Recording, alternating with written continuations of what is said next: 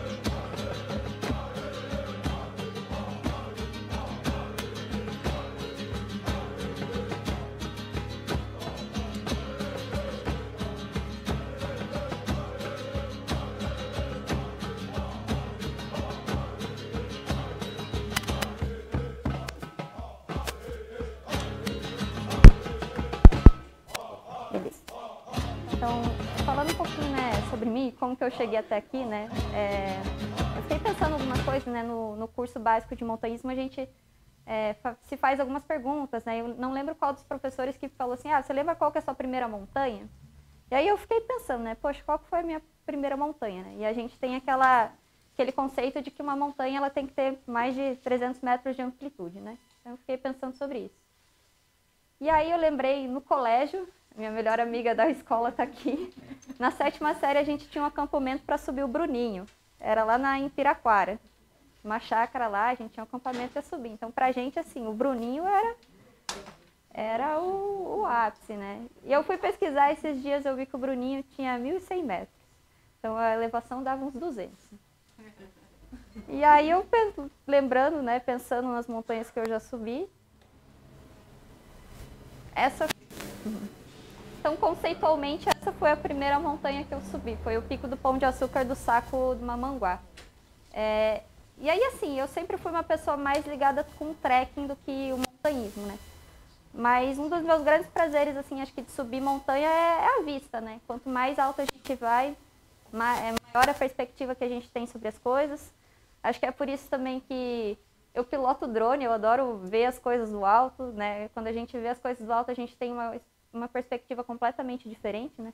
Então, subir montanhas acho que sempre esteve ligado, assim, com a vista, né? Mas a gente sabe que o montanhismo, ele não é, né, só a vista, né? Ele tem outras coisas. Mas acho que meu primeiro encanto, assim, foi por conta, né, dessas perspectivas que a gente tem na montanha.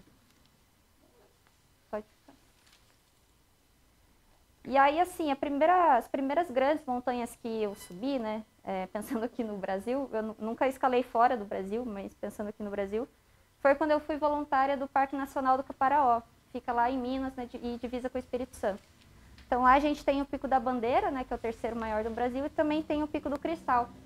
Então eu fiquei um mês lá no parque, né, sendo voluntária, e eu tive a oportunidade de subir essas duas montanhas. E aí que começou, assim, essa vontade maior, assim, né, de continuar subindo montanhas. Aqui no Paraná eu já subi algumas montanhas, mas estão várias ainda que eu não subi.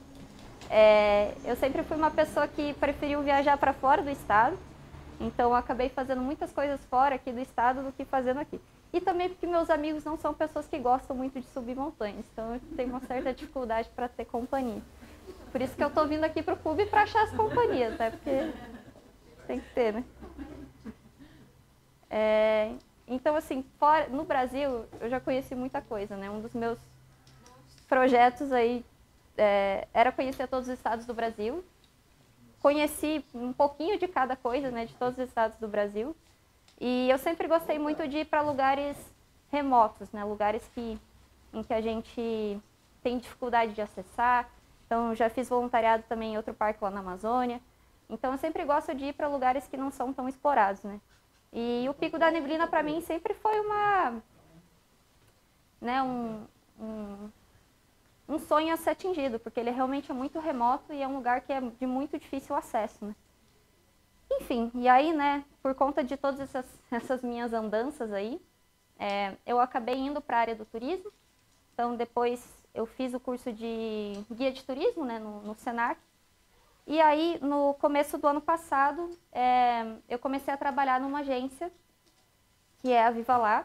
Então, a Viva Lá, ela tem um foco em turismo sustentável e principalmente com base comunitária. Então, a gente trabalha principalmente assim com quilombolas, ribeirinhos, extrativistas.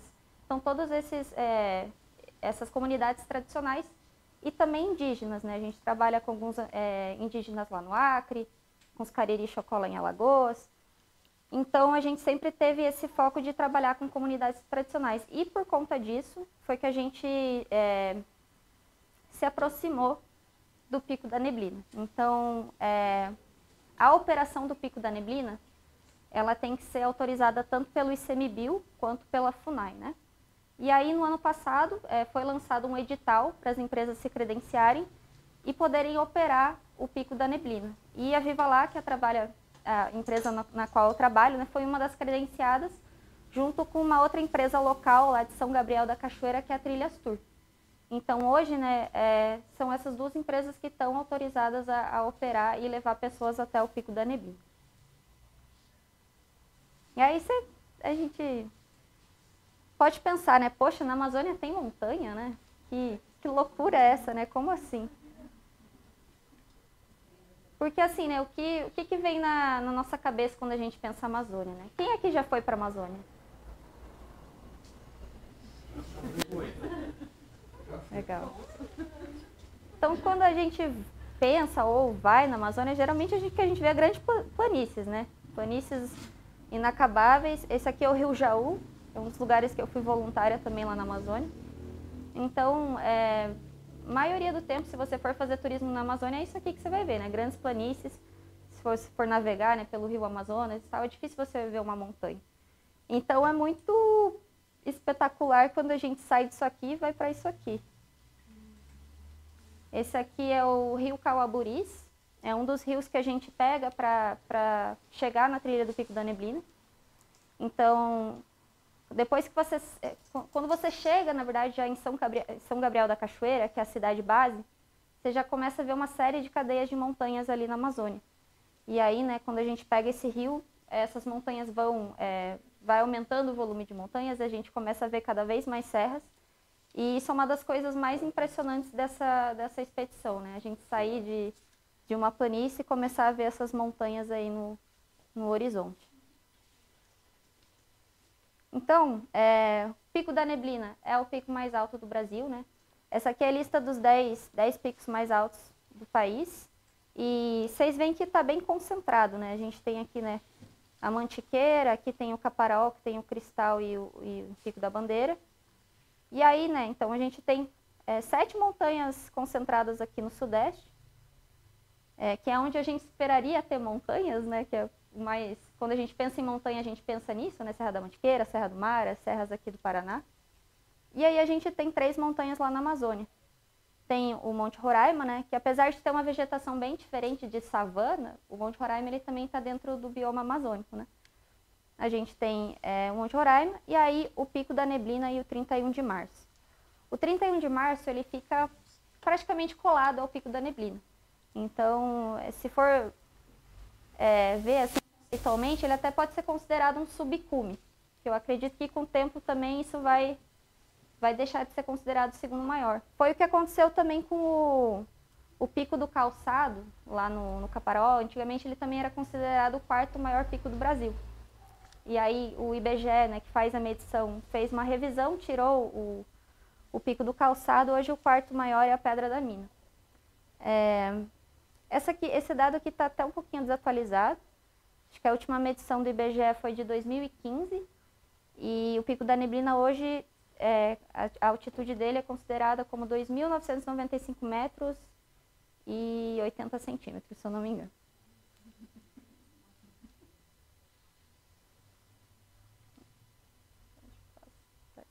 Opa. Então, o Pico da Neblina ele fica na fronteira ali com a Venezuela, né? Ele fica localizado no município de Santa Isabel do Rio Negro, mas o acesso é por São Gabriel da Cachoeira. Então, é quase ali na divisa dos municípios, né? Bem aqui no norte do país. E o Pico da Neblina, né, por muito tempo ele ficou desconhecido. Se deu conhecimento dele lá pela década de 50, quando foram feitos alguns sobrevoos ali na Amazônia. E só em 1965 que ele foi conquistado por uma expedição militar. Até então, se considerava o pico mais alto do Brasil, o Pico da Bandeira, né? E aí, em 1965, eles conseguiram fazer essa expedição. E na época, né, o topógrafo mediu a altitude do Pico da Neblina em 3.014 metros. Aí ele já perdeu uns metros, né, depois de medições mais atualizadas, né? Então, por isso que a gente tem muito na nossa cabeça que o maior pico do Brasil tem 3.000 metros, né? Mas, na verdade, o Brasil não tem nenhuma montanha com 3.000 metros ou mais.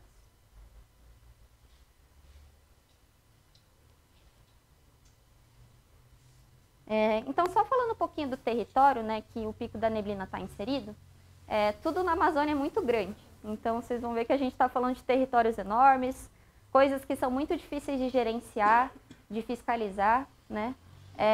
O próprio município de São Gabriel da Cachoeira, ele é um dos maiores municípios do Brasil. Ele tem um tamanho maior que o tamanho de Portugal, que é surreal a gente pensar, né?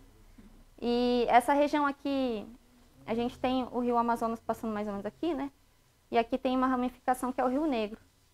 Essa região aqui é chamada de Alto do Rio Negro e também é conhecida como Cabeça do Cachorro, que realmente parece um cachorrinho aqui, né? Então, vou passar a voltar. Então, assim, a expedição para o Pico da Neblina, ela começa nessa cidade, São Gabriel da Cachoeira. São Gabriel é uma cidade bem pequenininha, assim, tem uns 40 mil habitantes. E não tem acesso por estrada, o acesso lá é somente por barco ou avião. Saindo de Manaus, para você chegar de barco lá, de barco convencional, são 3 dias. Ou a lancha rápida são 24 horas. Mas, felizmente... Quando alguém for para a Amazônia, eu recomendo a experiência de pegar um barco de linha. É uma experiência muito diferente, bem local. Mas, felizmente, a gente tem avião hoje, né? Então, tem um avião que sai de Manaus e vai para São Gabriel, operado pela Azul. E esse avião, ele parte 2 vezes na semana. Então, a gente tem essa conexão. O voo, ele dura mais ou menos 1h40. Então, né, se você está querendo ir para o Pico da Neblina, a primeira coisa é chegar em Manaus, depois de Manaus pegar um barco você pode pegar barco, né, se quiser. Pegar um avião para São Gabriel da Cachoeira. E aí, o Pico da Neblina está inserido dentro de 2 reservas, né? A primeira é o Parque Nacional do Pico da Neblina, que foi criado em 1979. E ele é o terceiro maior parque nacional do Brasil, tem mais de 2 milhões de hectares. E ele está ali separado nas cidades de Santa Isabel e São Gabriel da Cachoeira. Então, uma área de parque nacional, né, ela é uma área criada para proteger a natureza. E, teoricamente, no Parque Nacional não teria presença humana, né? Mas isso acontece em vários parques do Brasil. O governo vai lá e cria um parque onde já tem comunidade indígena, já tem comunidade quilombola, né? E isso, às vezes, gera alguns conflitos de interesse. Então, além do Parque Nacional,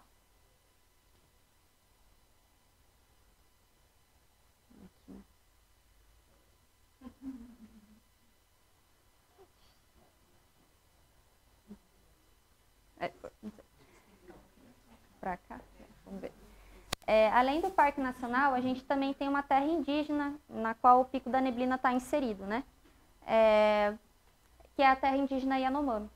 Então, e a terra indígena Yanomami também é gigantesca, ela tem mais de 9 milhões de hectares, que dá o tamanho do estado de Santa Catarina, né? E essa terra indígena é onde a gente tem a maior concentração de indígenas do Brasil, são 30 mil indígenas vivendo lá. E vocês devem lembrar ali no noticiário, né, ano passado, ano retrasado, se falava muito da crise humanitária dos Yanomami, né? Só que como essa terra aqui é tão grande, a situação dos Yanomamis, ela varia bastante de região para região. Então, o grande problema, né, o problema com o garimpo, né, de estar invadindo a terra indígena, ele aconteceu principalmente aqui nas aldeias de Roraima, né? Então, aqui é o estado de Roraima, que já é Amazonas. Então, realmente, aqui se teve se tem ainda, né, um grande problema com garimpo. Mas aqui a região de Maturacá, que é essa região aqui que pega o Pico da Neblina, já é uma situação bem diferente. Lá existe o garimpo, mas em uma escala muito menor. Então, a floresta ela fica mais preservada, né, e os indígenas eles acabam tendo melhores condições de vida também. Eu digo assim, melhores condições por não ter né, às vezes tem invasão dos garimpeiros, enfim, teve várias consequências desse garimpo em grande escala lá em Roraima, né? Então aqui, né, vocês veem, a gente tem o Parque Nacional do Pico da Neblina e tem a terra indígena Yanomami. Então, assim, a gente tem um território, né, que é para proteção e um território, né, que é terra indígena. E isso poderia, né, gerar um conflito de interesse, né, mas hoje, tanto os indígenas quanto os ICMBio, eles têm se conversado muito bem para justamente avalancar o turismo lá no Pico da Neblina, porque é uma forma de desenvolver a região e também é uma forma de impedir com que o garimpo avance, né? Então, isso acaba protegendo a área e também criando uma fonte de renda para os Yanomamis, né? Então, como eu falei antes, o parque ele ficou fechado por muitos anos, né? Em 2003 ele foi fechado. Por quê? Esse aqui é o primeiro? Não. Depois eu vou... Esse aqui é uma outra serra, o Yaripo está aqui, ó. O Pico da Neblina está aqui. Depois eu vou falar melhor sobre essa imagem aqui. Ela é bem curiosa. Enfim, o parque ele foi fechado em 2003, né? Por quê? Porque a gente tinha um turismo muito desordenado lá para o Pico da Neblina, né? Pessoas entrando sem autorização, né? Muitas vezes sem muita capacitação também para subir o Pico da Neblina, aconteciam alguns acidentes. Então, em 2003 o parque foi fechado e por quase 20 anos ele ficou proibido a entrada de turistas lá, né? E aí, em 2019, se iniciou um processo para credenciar operadoras turísticas para fazer essas expedições ao Pico da Neblina. Por conta da pandemia, né, isso foi em 2019, era para ter começado ali em 2020, aí atrasou um pouco esse processo. Então, foi só em 2022 que retornaram as expedições comerciais para o Pico da Neblina. Eram 3 empresas credenciadas, né? E essas empresas elas tiveram a anuência, né, que é a autorização por 3 anos. Então, a cada 3 anos eles fazem esse edital para selecionar as empresas para trabalhar lá no Pico da Neblina. E no final do ano passado, né, em setembro, foi reaberto esse edital. E aí foi nesse processo, né, que a empresa que eu trabalho, a Viva Lá, foi selecionada para fazer essa operação. A gente ainda não tá realizando as expedições, a previsão é que a gente comece no segundo semestre agora, para levar o pessoal. Ainda tem alguns detalhes a serem acertados, mas aí a gente, até o final de 2026, a gente vai estar autorizado para levar o pessoal até lá.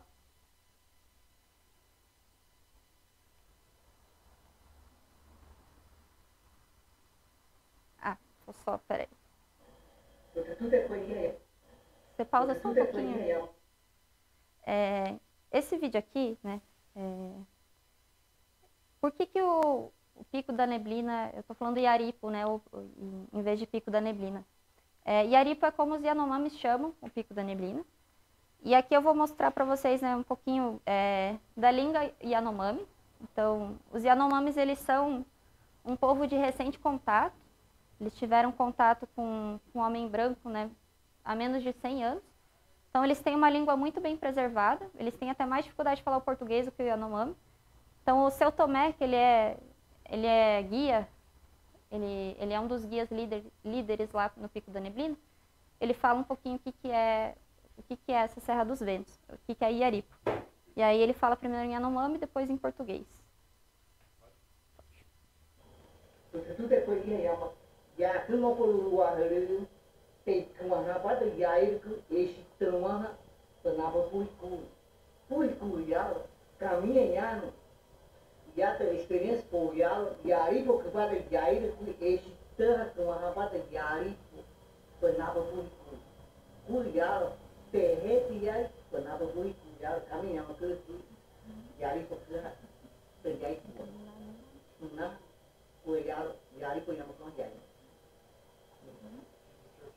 Aí, chamado de Iaripo, ela é Serra de Vento.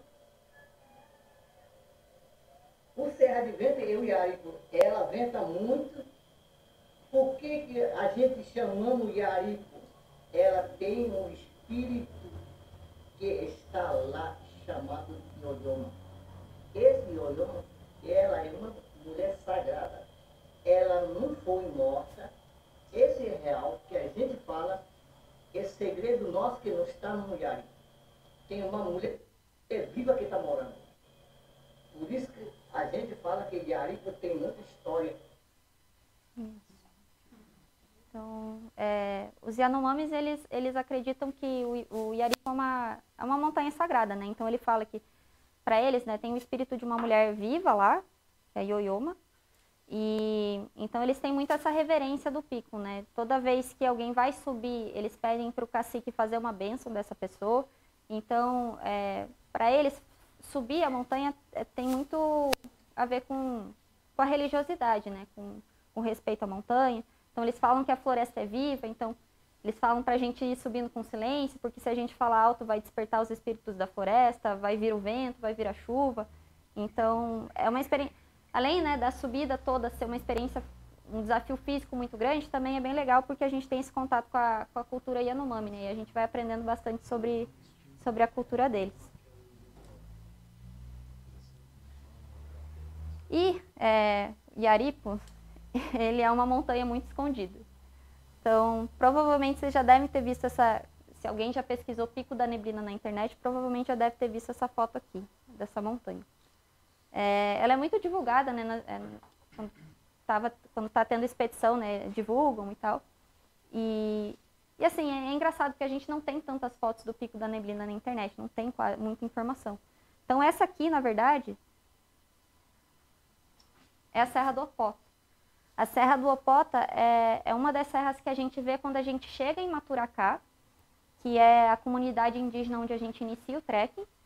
E ela é uma montanha que, se eu não me engano, dá para subir em um dia, mas eles não fazem assim de forma turística e tal, né? Ela tá lá, bem na frente da comunidade, assim, uma montanha muito bonita. O Pico da Neblina, a gente vai demorar, de São Gabriel da Cachoeira, a gente demora 5 dias só para conseguir avistar ele. Então, por isso que eu falo que é uma montanha escondida. Porque quando você está fazendo a trilha, às vezes você vê alguma serra lá no fundo, você pergunta para o Yanomami, aquele ali é o Iaripo? Não, não é o Iaripo. Aí você anda mais 2 dias, acha que você viu o Iaripo. Ainda não é o Iaripo. Então, demora muito só para enxergar, só para ver ele. Então, assim, é uma logística muito complexa para chegar até lá. São ao todo, saindo de São Gabriel, são 11 dias de expedição, tá? E por que são tantos dias, né? Então a gente tem aqui a cidade de São Gabriel da Cachoeira, esse verde escuro aqui é o limite do Parque Nacional, tá? E esse meio amarelo aqui é o limite da terra indígena. Então primeiro, você tem que pegar um carro, andar 80 quilômetros para chegar aqui nesse porto, que é a Frente Sul, eles chamam de Frente Sul. E aí você vai andar 180 quilômetros de voadeira, que dá 6 horas de barco. Voadeira. Não. Alguém já andou de voadeira? Então, são 6 horas de voadeira, o que não é, para as costas não é muito legal. E aí a gente chega em Maturacá, que é a comunidade da onde é a base para fazer o trekking, né? E aí a gente ainda tem que andar mais um pouquinho de barco, pegar umas 2 horinhas de barco para ir começar a trilha para o Iaripe. Então, chegando aqui, são 6 dias para subir e 3 dias para descer. Então, ao todo, a gente precisa de 11 dias para fazer essa expedição. Dá para fazer em menos? Dá. Né? Hoje, a gente, né, pela expedição comercial, a gente vai fazer em 11 dias porque é o mais... é o que poupa melhor depois eu vou mostrar ali um pouquinho, né, as distâncias, a elevação, mas é o que fica mais viável de fazer, dá para fazer em menos.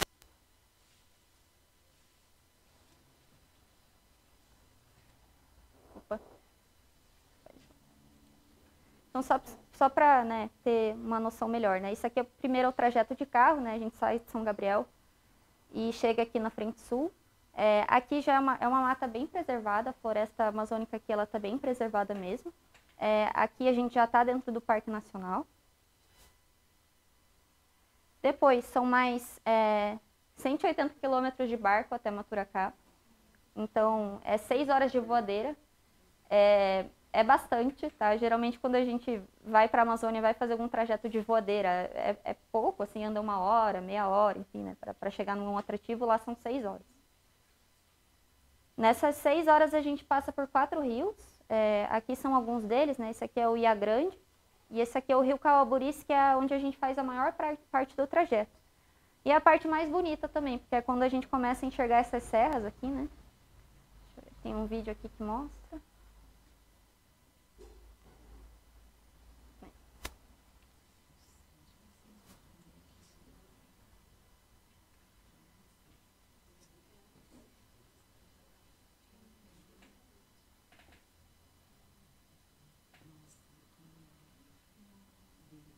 A gente foi...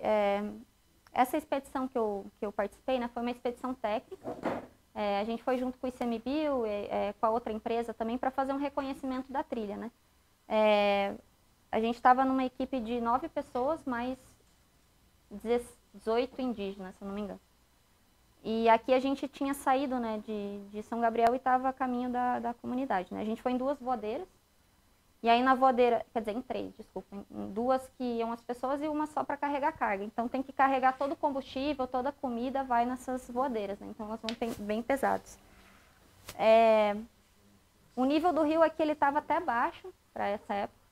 E a gente sabe que agora, né, a questão de cheia, seca, chuva, tá tudo meio desregulado, né? Então até assim, não existe tanto uma época ideal para se fazer essa expedição, porque o regime de chuvas ele está sendo bem irregular, né? Mas geralmente a melhor época para se fazer essa expedição é lá por setembro, outubro, novembro. Aqui era para a gente já estar com o rio mais cheio.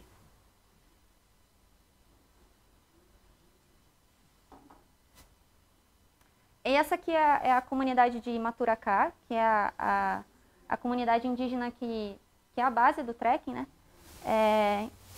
Então, eles moram em casas bem simples, né? São algumas de alvenaria, mas a maioria é pau a pique. Então, são condições bem, um tanto precárias, assim, pelo ponto de vista de saneamento e tal, mas eles ainda têm uma qualidade de vida boa, né? Se a gente for comparar com outros indígenas da terra Yanomami. E o turismo, né, ele vem com essa possibilidade de ter uma renda maior para os Yanomamis, né? E aqui, né, como eu falei, o Iaripo é uma montanha sagrada para eles. Então, todo mundo que vai subir a montanha participa de uma bênção com os caciques, que são os Tuxauas na língua Yanomami. Então, quando a gente chega lá, eles fazem uma bênção para proteger a gente. Porque é isso, eles acreditam que tem vários espíritos na floresta e que a gente, né, para a gente ter essa proteção, a gente recebe essa bênção para subir. E aí aqui, né, depois que a gente chegou lá em Maturacá, ainda anda mais... é longe. Anda mais 2 horas de barco para ir começar a trilha, né? Então você vê que a trilha ela dá meio que uma voltinha assim, né? Aqui, né, a divisa com a Venezuela. E aqui esse trajeto, a partir daqui, né, são 6 dias para subir e 3 dias para descer. Então a gente anda, né, mais 45 quilômetros de rio. E a trilha, ela tem ao todo 35 quilômetros de extensão. Só isso, só isso. Isso. Você falou 6 dias para subir e 3 para descer? Isso. 6 dias para subir e 3 para descer. Nesses 9 dias que a gente está fazendo o trekking, né, a gente para em 5 acampamentos. Os acampamentos lá... a gente não usa barraca para fazer essa expedição, tá? Então, nessas estruturas de acampamento, eles abrem uma clareira, eles fazem estruturas de tendas, né? Algumas eles cobrem com palhas, outras, na hora que eles chegam no acampamento, eles colocam as lonas. E aí a gente monta as redes embaixo dessas lonas, tá? Por que não usa barraca? Porque nos últimos acampamentos, no laje e base, o terreno ele é muito difícil para montar a barraca, então não fica muito viável se levar barraca. Eu fiz esse teste, eu levei barraca para os primeiros acampamentos e como choveu muito, também a barraca não alagou nem nada, mas assim, molha, fica mais pesada. Então é mais prático ir com a rede mesmo, tá? Mosquito? Não muito, assim...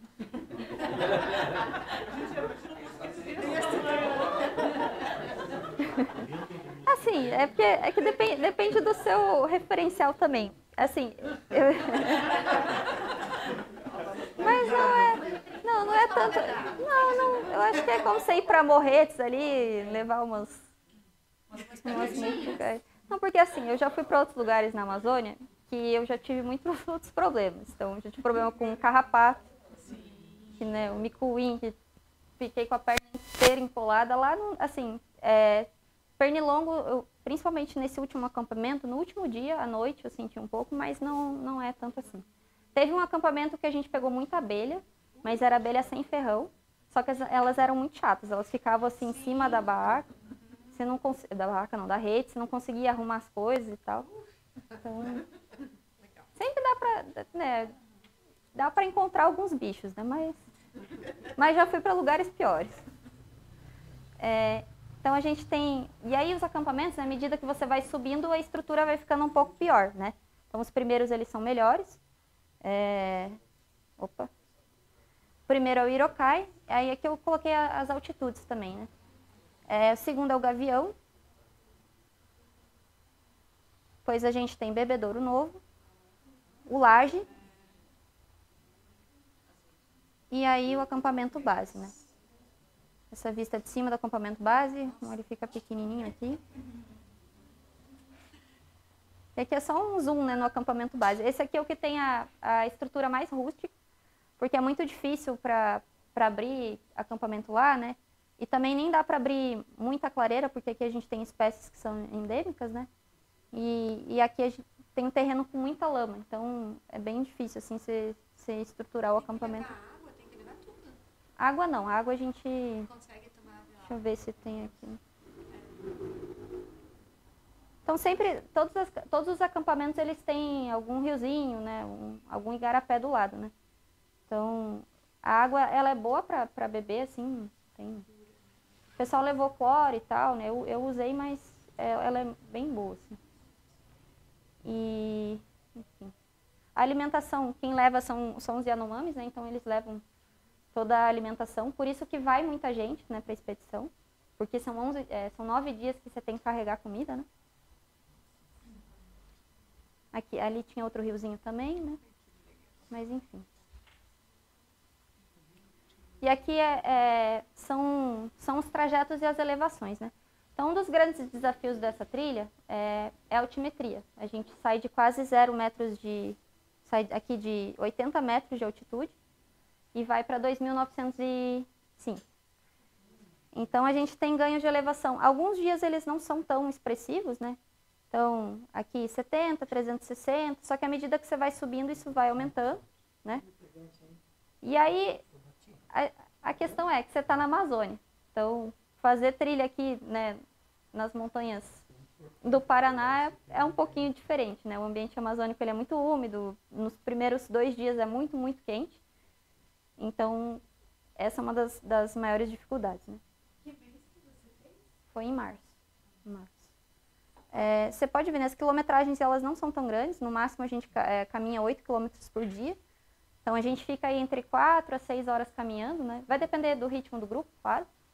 Mas não são quilometragens tão grandes. Mas como a gente tem uma altimetria, né, tem uma elevação que é expressiva, né, pensando no ambiente amazônico, isso é bem cansativo. Né? E o principal, no último dia que está o maior ganho de elevação, né? No acampamento base a gente sai de 2.000, né, e vai para 2.995. Então a gente ganha quase 1.000 metros de altimetria em 4 quilômetros, né? Depois eu posso passar também essa tabelinha aqui. E aí essa é a equipe que foi, então assim, foram 9 pessoas e o restante todos Yanomami, né? Acho que eram, se não me engano, 18 Yanomami. E dentre todos eles, né, só tinha 2 mulheres, que eram cadê a Fran? Não tô achando. A Aricele e a Fran, que são as cozinheiras. Então, e elas já foram acho que 3 vezes para a expedição, mas elas ainda não subiram o cume do Iaripe. Então, antigamente assim era até as mulheres não podiam subir o Pico da Neblina, mas isso foi mudando com o tempo. E hoje já tem 2 mulheres que participam da expedição. Os Yanomamis, eles são muito baixinhos, eles têm uma estatura muito baixa, mas parece que a perna deles é 2 vezes maior que a nossa. Então, a maioria não tem assim, tem menos de 1,60 de altura, mas eles são extremamente fortes, eles carregam até 30 quilos na mochila deles. Eu não coloquei foto aqui, mas eles têm, vocês já devem ter visto para o Monte Roraima, né? Os indígenas lá, eles carregam uma mochila que é semelhante aos que os Yanomamis usam, que é o Jamanchim. Então, eles não usam, né, uma mochila como a gente, né? É uma cestaria, que eles usam apoio no peito e também na cabeça. E eles não usam bota de trilha, eles fazem com galocha a trilha. E uma pergunta, eles vão até o final com você ou ficam na base? Vão até o final. A exceção é no acampamento base, porque quando chega no acampamento base, a maioria fica e só sobem 5 com o grupo. Mas de resto vai todo mundo.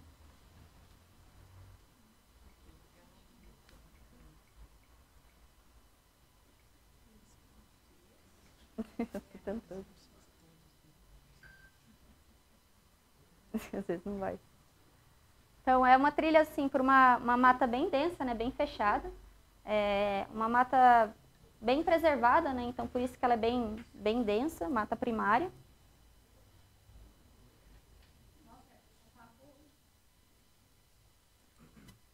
Tá aqui. E no começo ela é tranquila, né? Começa uma trilha mais plana, só que tem muita raiz, muito obstáculo, né? Muita árvore caída. A gente vai carregando a mochila cargueira, né? Carrega rede, saco de dormir. Então, você vai com um peso ali que, ao longo dos dias, né, vai se somando, né? Então, as travessias, geralmente a gente está acostumado a fazer 3, 4 dias com a cargueira, aqui são 9 dias com a cargueira. Então, um dos vários desafios dessa trilha, um deles é ficar com a cargueira por tantos dias, né? E aí, somado ao calor da Amazônia e altimetria, é bem cansativo. Pode falar. Então, assim, a trilha ela começa, né, com subidas mais leves, né, e também com algumas descidas, então a trilha ela não é toda subindo, né? Ela tem também alguns vales ali. E os primeiros dias, assim, pode parecer mais tranquilo, mas... Pode passar aqui. Mas assim que eu... Não dá pra ver muito aqui, mas no primeiro e no segundo dia eu suei muito. Sim, de chegar no acampamento, você torce a camiseta, sai um monte de água. Porque é isso, o clima ele é extremamente úmido, extremamente quente. Você tá com a mochila cargueira. Então eu tava muito vermelha aí. E eu bebi, sei lá, eu bebi muito mais que eu bebo normalmente numa trilha, né? Mais de 3 litros, eu acredito. E aí, né, a trilha ela vai... à medida que você vai, com o passar dos dias, a altimetria vai aumentando e aí começam... E aí tem várias subidas, né? E o interessante... Oi, pode... Só volta. Volta. Obrigada. E aí o interessante, né, é que a gente vê uma mudança de vegetação muito grande. Então, no começo, você vai ver uma floresta amazônica que é parecida com o que a gente encontra em outros lugares, né, que são mais comuns de serem visitados, né, ali próximo a Manaus, no Pará. Então, é uma floresta típica que a gente já está acostumado, e depois ela vai mudando muito. Ela começa a ter um aspecto de Mata Atlântica em alguns pontos. Opa. Aqui. Não, volta ali. Volta. Acho que acabou a... eu acho que acabou a...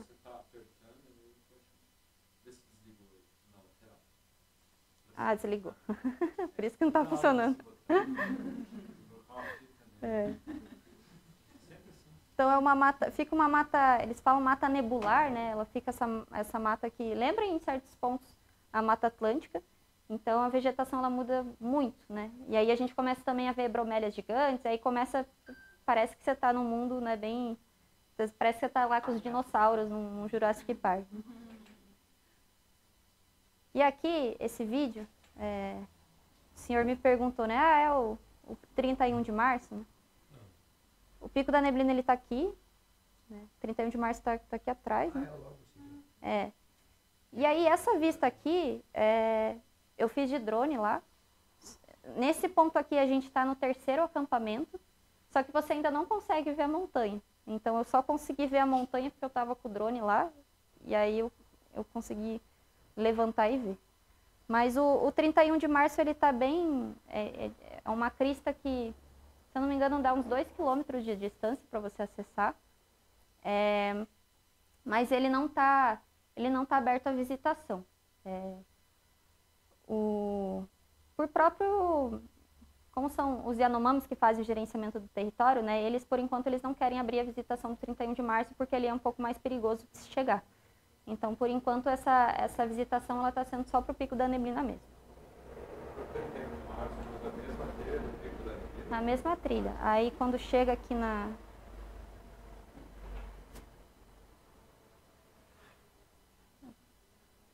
quando chega aqui em cima, né, tem uma crista que liga até a 31 de março.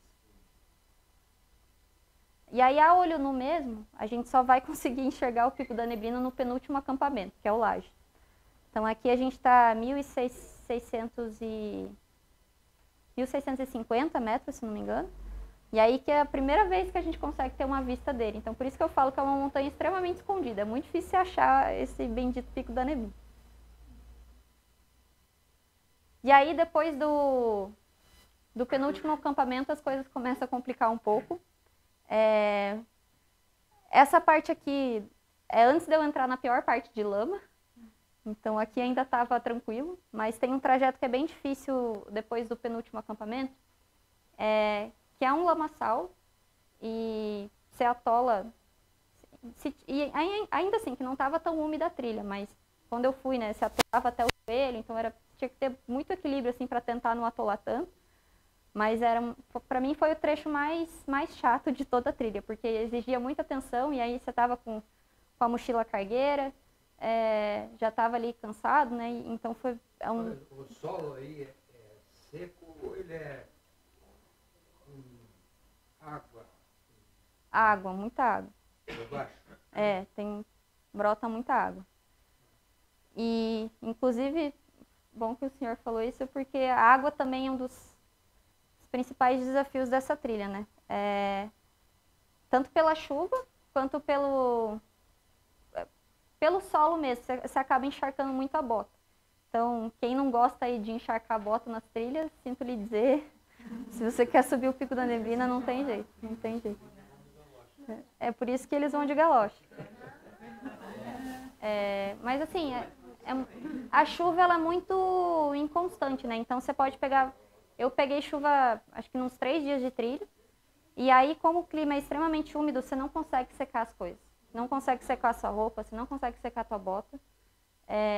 Então tem que estar preparado também para ter esse desconforto. É uma das maiores dificuldades também. No primeiro dia você já tem que molhar o pé porque tem várias travessias de igarapé, pequenos igarapés, córregos, então você já molha a bota. E não adianta, é muito difícil você não molhar a sua bota nesse trajeto. E esse aqui principalmente é um trajeto que você vai atolar o pé na lama, então tem uma dificuldade a mais, né?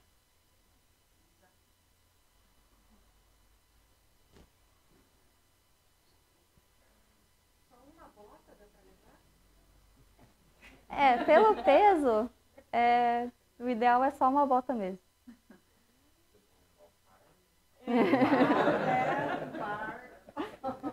Mas aqui o peso assim, quanto mais leve você for, é melhor. E aqui a gente chega no acampamento base, né? E aí assim, enquanto lá nos primeiros metros eu tava morrendo de calor, pode passar aí. Aqui, acreditem ou não, eu tava de gorro e cachecol, blusa fleece na Amazônia. Você disse que venta muito nessa região? Venta, mas assim, nos acampamentos a gente não pegou um vento assim que prejudicasse a expedição, assim, que ficasse muito frio ou não, assim. No máximo foi a lona voou um pouco, mas não...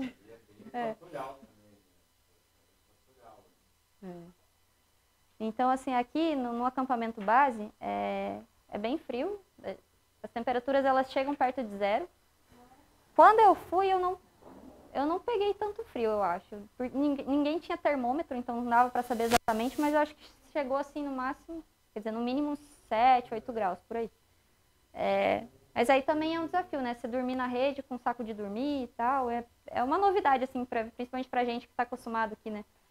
Com as montanhas aqui, acampar e tal, né? Você dormir na rede com frio é um pouco desafiador também.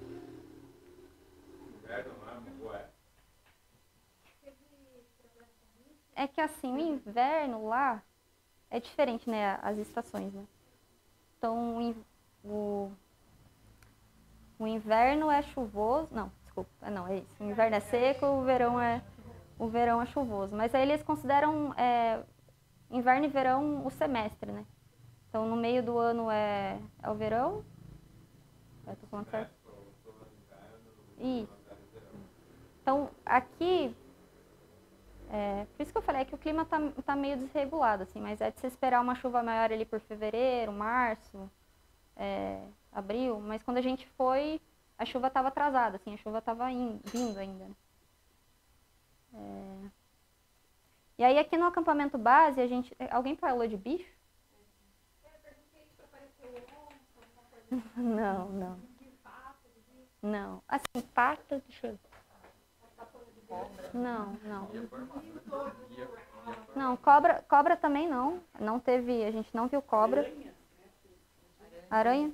Aranha eu vi uma caranguejeira logo depois que eu fui no banheiro, eu levantei, eu vi uma. Mas bicho de grande porte, assim, é difícil de ver, assim, porque geralmente eles fogem, né, quando eles veem muita gente, eles não ficam perto. No máximo, acho que eu vi acho que era uma irara. E os Yanomamis também, eles abateram uma vaca, eu acho, algo do tipo. Mas não, é difícil ver animal de grande porte, assim, na trilha mesmo. Eles abateram para comer? Sim. Eles cozinham na trilha. Mas assim, eles levam carne... Aí a gente leva aquelas carnes que não estragam, né? Calabresa, charque, mais que era? Tinha um peixe também que eles preparam, salgam o peixe para levar e tal. Aí a Paca foi nos últimos dias lá, que eles iam comemorar, assim, e daí caçaram e fizeram. Não, a comida é bem... Aí a gente calcula, tem que calcular certinho, né? Aí vai, mas fazem arroz, fazem feijão, macarrão. Comida simples, mas que dão bastante sustância, assim. A gente faz o café da manhã, aí durante a trilha faz pequenos lanches, né?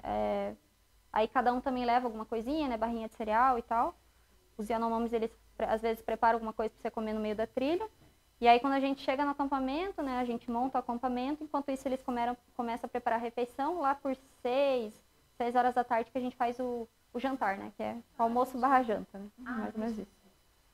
Aí geralmente vocês dormiam e saíam já que horas? A gente não saía tão cedo, a gente saía assim 8h30, 9h, porque assim, é que depende muito do ritmo do grupo. A gente estava num grupo que caminhava bem, então a gente conseguia assim fazer num ritmo legal, né? Agora se é um grupo mais lento, aí tem que levantar mais cedo, né? No dia do ataque ao cume, aí você tem que acordar mais cedo, né? A gente saiu acho que foi 7 horas que o grupo saiu para fazer o ataque ao cume. No acampamento base, a gente... Do acampamento até o cume são quantos metros? Quase 1000. Aí aqui, ó, vou mostrar o vídeo na sequência. Esse aqui é o acampamento base. Nossa, fica bem... Essa aqui é a subida que a gente faz. E um dia? Sim, um dia. Sim.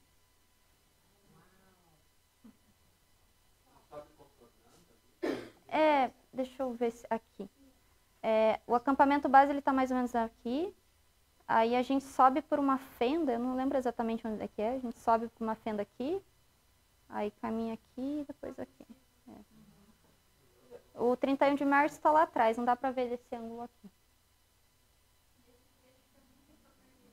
Oi? Não. Aí a gente deixa a cargueira no acampamento base, dorme lá, né? Daí no dia seguinte faz o ataque ao cume, desce, dorme mais um dia, depois começa a descer.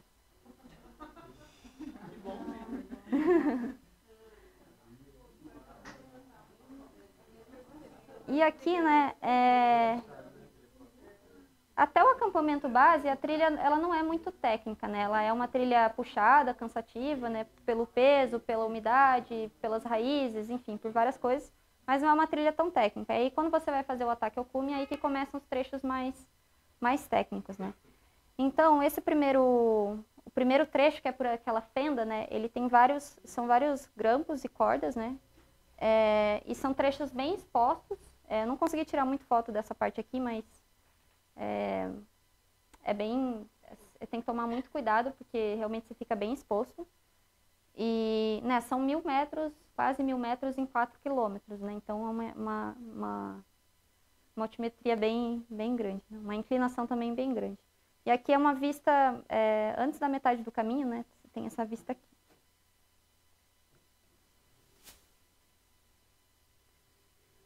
Essa aqui é uma das vistas também da subida.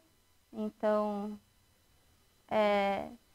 para mim, assim, foi muito surreal pensar que eu estava na Amazônia com essa vista aqui. Esses paredões aqui. Essa parte aqui também tem algumas palmeiras, algumas coisas assim, que lembram um pouquinho do Cerrado. Então, é muito diferente. Assim, você está num ambiente completamente distinto.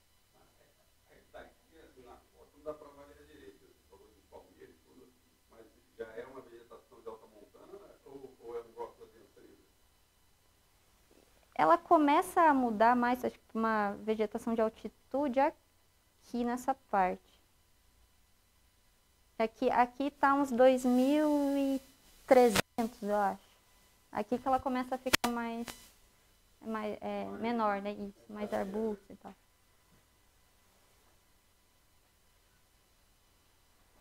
E aí, gente, dessa história toda eu tenho um ponto triste para contar. Porque eu não cheguei no cume do Iaripo. Dessa vez. Eu parei aqui em 2.530 metros. Por quê? Porque na madrugada do ataque ao cume eu passei mal. Passei mal de estômago, diarreia, enfim, todas essas coisas. E não dá pra saber ao certo o que foi, né? A comida eu comi todos os dias, não fiquei mal, água também não. Mas enfim, passei mal no dia do ataque ao cume e eu tentei me recuperar ali um pouco e mesmo assim eu fiz a subida. Só que como eu estava extremamente fraca, e isso não é algo que eu recomendo para ninguém, eu decidi parar ali, porque ainda tinha volta, né? Então eu sabia que pegar todo aquele trecho ali de grampo, de corda, do jeito que eu estava, não era bem perigoso. Então se eu continuasse a subida até o cume, aí eu ia me colocar ainda mais em risco, né? Então eu parei aqui em 2.520 metros. E agora sim, em questão de vista, lá em cima mesmo no cume, é difícil você ter uma vista porque realmente ele fica encoberto por neblina. Por isso que é o pico da neblina, né? Então,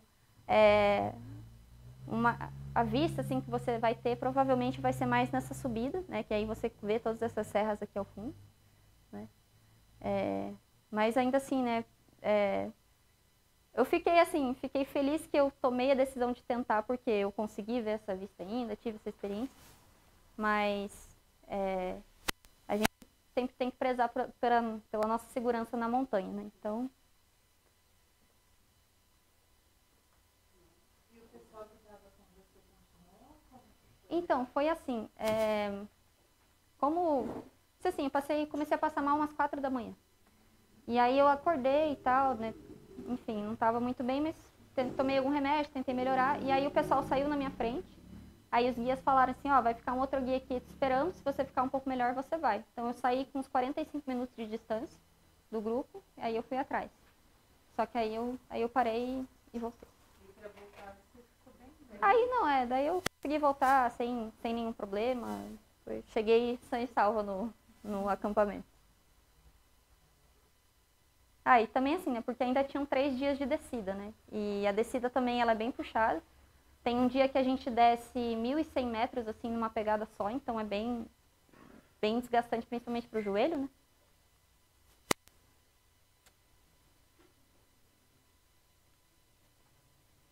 Não, tá ligado.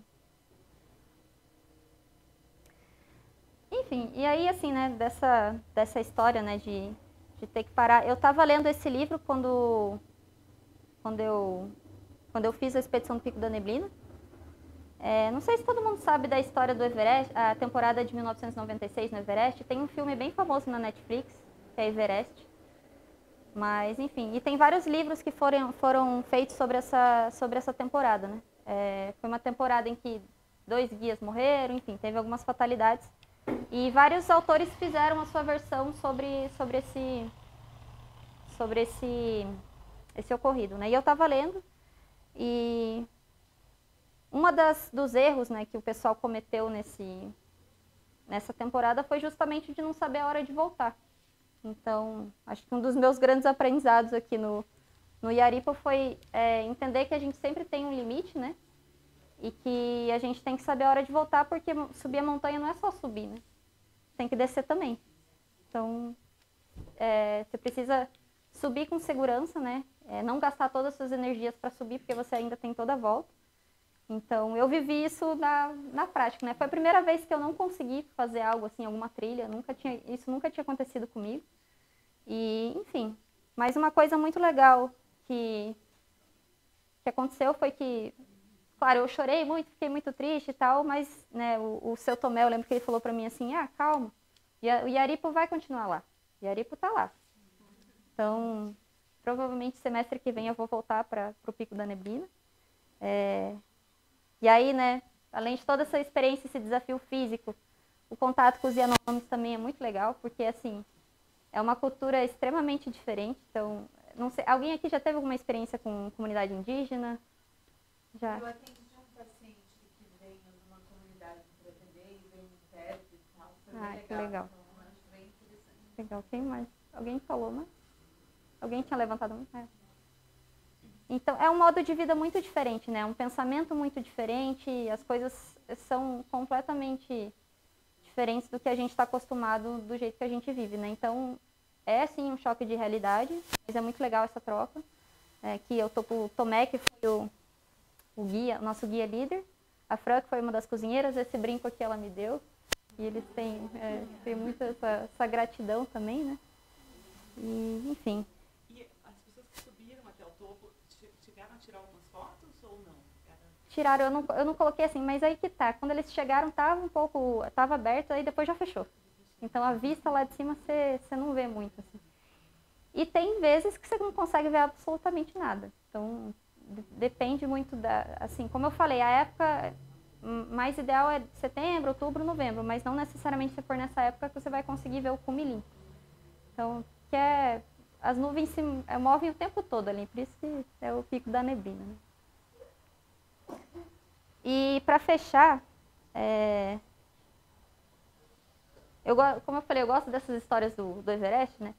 E tem esse filme que eu comentei, né? Tem um diálogo fictício, mas que eles estão lá discutindo, por que você sobe a montanha, né? Aí eles falam aquela frase famosa, não sei se acho que é do George Miller lá, porque está lá e tal, enfim. Mas ele falou, não, por que você sobe montanhas, né? Aí um dos personagens, ele fala isso aqui. E aí tem a parte em inglês aqui, né? Essa minha tradução livre. Mas é assim, eu subo montanhas porque eu posso. Porque ser capaz de subir tão alto e ver o tipo de beleza que quase ninguém vê, seria um crime não fazê-lo. Então, isso é muito assim, parte do que acho que me faz querer subir montanhas. Porque, você imagina, você tem essas vistas maravilhosas ali do Pico da Neblina, que é algo que pouquíssimas pessoas vão ver na vida.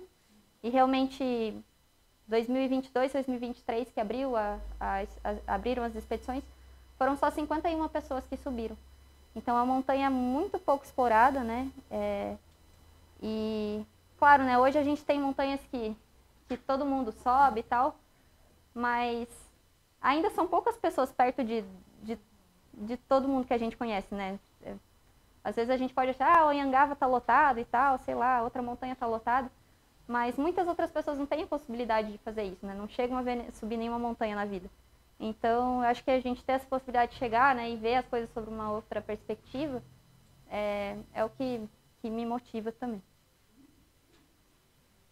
Então, é isso, gente. Obrigada. Eu deixei ali o meu contato, se alguém quiser.